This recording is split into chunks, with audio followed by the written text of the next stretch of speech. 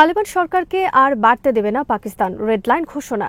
নিজস্ব নির্মিত নতুন ক্রুজ মিসাইলের পরীক্ষা তুরস্কের। শাটডাউনে যুক্তরাষ্ট্রের প্রতিদিন ক্ষতি $15 বিলিয়ন। বিডিফিস ইনফোটেনমেন্টের স্বাগত জানাচ্ছি, আমি সুস্মিতা দাস। আজ জানাবো প্রতিরক্ষা সংক্রান্ত গুরুত্বপূর্ণ কিছু খবর। 1996 সালে তালেবানরা যখন প্রথমবার আফগানিস্তানের ক্ষমতা দখল করে, তখন ভারত কাবুল দূতাবাস বন্ধ করে দেয়। তালেবানদের সাথে সম্পর্ক রক্ষায় অস্বীকৃতি জানায় ভারত। এ সময় ভারত তালেবান বিরোধী আহমেদ শাহ মাসুদ ও আব্দুর রশিদ দোস্তমের নেতৃত্বাধীন উত্তরাঞ্চলীয় জোটকে সমর্থন দেয়। এরপর 2001 সালে যুক্তরাষ্ট্র তালেবানদের হটিয়ে আফগানিস্তান দখলের পর ভারত আবার আফগানিস্তানে প্রবেশ করে। এবার তারা আফগানিস্তানে প্রবেশ করে দখলদার যুক্তরাষ্ট্রের সহযোগী হয়। তারা ঘনিষ্ঠ সম্পর্ক স্থাপন করে যুক্তরাষ্ট্রের তাবেদার হামিদ কারজাই ও আশরাফ গনি সরকারের সাথে। আফগানিস্তানে বিনিয়োগ করে কয়েক হাজার কোটি টাকা। আফগানিস্তান যুক্তরাষ্ট্র দখলের পর তালেবানরা তাদের উৎখাতের জন্য গেরিলা যুদ্ধ শুরু করে। 2011 সালে তালেবানরা অপহরণ করে কয়েকজন ভারতীয় প্রকৌশলী। তাদেরকে মুক্ত করার জন্য ভারতীয় গোয়েন্দারা গোপনে যোগাযোগ স্থাপন করে তালেবানদের সাথে। এভাবে ভারতের সম্পর্ক তৈরি হয় তালেবানদের সাথে। এরপর 2020 সালে আফগানিস্তানে যুক্তরাষ্ট্রের দখলদারিত্বের অবসান এবং তালেবানদের বিজয় স্পষ্ট হয়ে ওঠে। ভারত তখন বুঝে যায় আফগানিস্তান থেকে যুক্তরাষ্ট্র বিদায় নিলে তাদেরও বিদায় নিতে হবে। একই সাথে যুক্তরাষ্ট্র চলে যাওয়ার পর আফগানিস্তানে বৃদ্ধি পাবে পাকিস্তানের প্রভাব।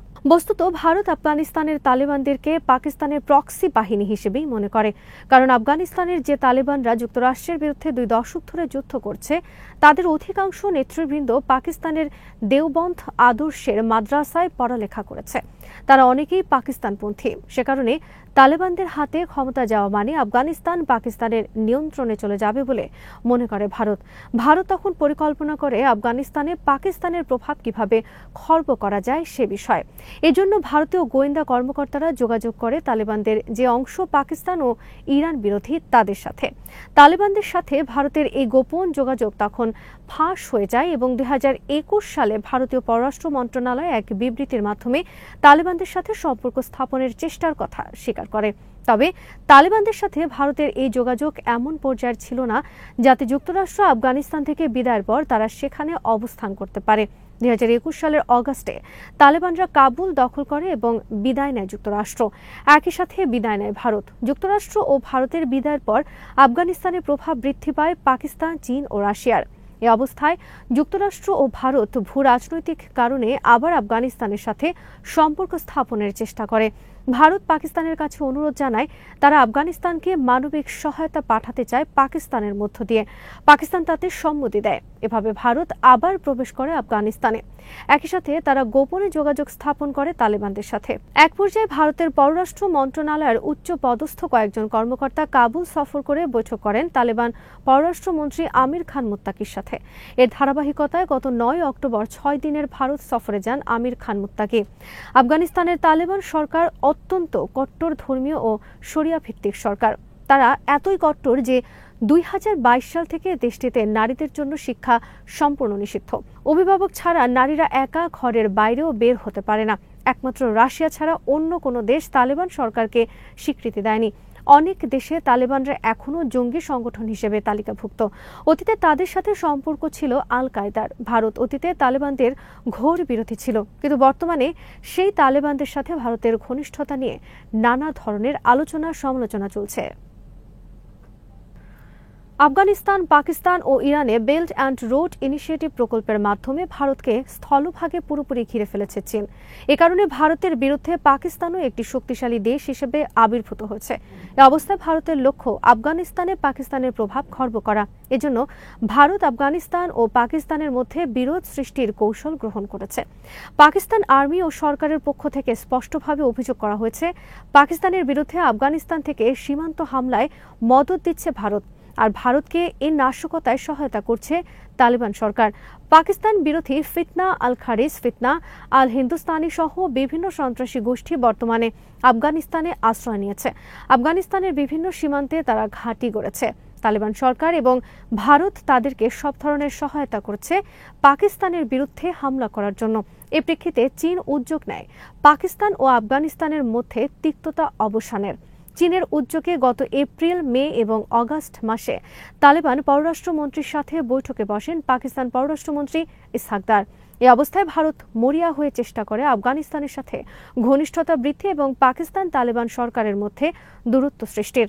ভারতের এই উদ্যোগ যে অনেকটা সফল তার প্রমাণ আমির খান মোত্তাকির ভারত সফর এবং ভারতের বুকে দাঁড়িয়ে পাকিস্তানের বিরুদ্ধে আমির খান মোত্তাকির উস্কানিমূলক বক্তব্য।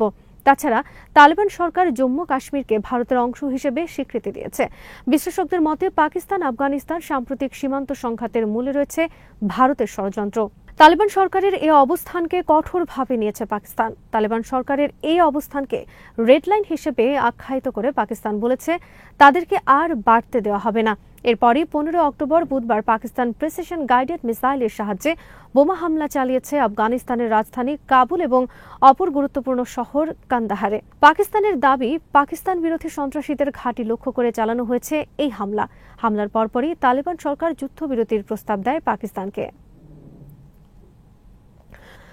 তুরস্ক তাদের নিজস্ব তৈরি একটি ক্রুজ মিসাইলের সফল পরীক্ষা চালিয়েছে। এর নাম SOMJ মিসাইল। তুরস্কের শিল্প ও প্রযুক্তি বিষয়ক মন্ত্রী ফাতেহ কাজী সোমবার এ ঘোষণা দিয়েছেন। SOM একটি next generation all weather air to surface missile. মাঝারি পাল্লার এর নির্মাতা টুবিটাক এবং SAG নামক সমরাস্ত্র নির্মাতা এবং গবেষক প্রতিষ্ঠান।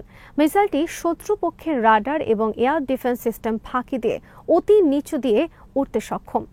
লো ভিজিবিলিটি এবং হাই প্রিসিশন মিসাইলটির অপারেশন আওতা 250 কিলোমিটার।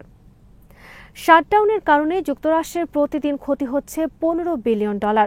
যুক্তরাষ্ট্রের অর্থমন্ত্রী স্কট বেসেন্ট বুধবার এ তথ্য জানান। গত 1 অক্টোবর থেকে শুরু হয়েছে যুক্তরাষ্ট্রের শাটডাউন। এর ফলে ফেডারেল কর্মকর্তা কর্মচারীদের এক অংশের বেতন বন্ধ হয়েছে। অর্থের অভাবে সরকারি কর্মকর্তাদের বেতন দিতে না পারাকে বলা হয় শাটডাউন। শাটডাউনের অংশ হিসেবে বন্ধ রাখা হয় অনেক সরকারি ফ্রি সেবা এবং নানা ধরনের সহায়তামূলক কর্মকাণ্ড, অনুদানমূলক ফান্ড। অনেক কর্মকর্তা কর্মচারীদের পাঠানো হয় লম্বা ছুটিতে, অনেককে করা হয় বরখাস্ত। এর নেতিবাচক প্রভাব পড়ে অর্থনীতিতে। শাটডাউন এড়াতে ট্রাম্প প্রশাসন বড় অঙ্কের ঋণ নিতে চেয়েছিল, কিন্তু এই প্রস্তাব সংসদে অনুমোদন করেনি বিরোধী ডেমোক্রেটরা। আজ এখানে শেষ করছি। সমরাস্ত্র, প্রতিরক্ষা ও কূটনীতির নানা তথ্য জানতে চোখ রাখুন বিডিভিউজ ইনফোটেইনমেন্টে। চ্যানেলটি ভালো লাগলে সাবস্ক্রাইব করুন, সংযুক্ত থাকুন আমাদের ফেসবুক পেজে।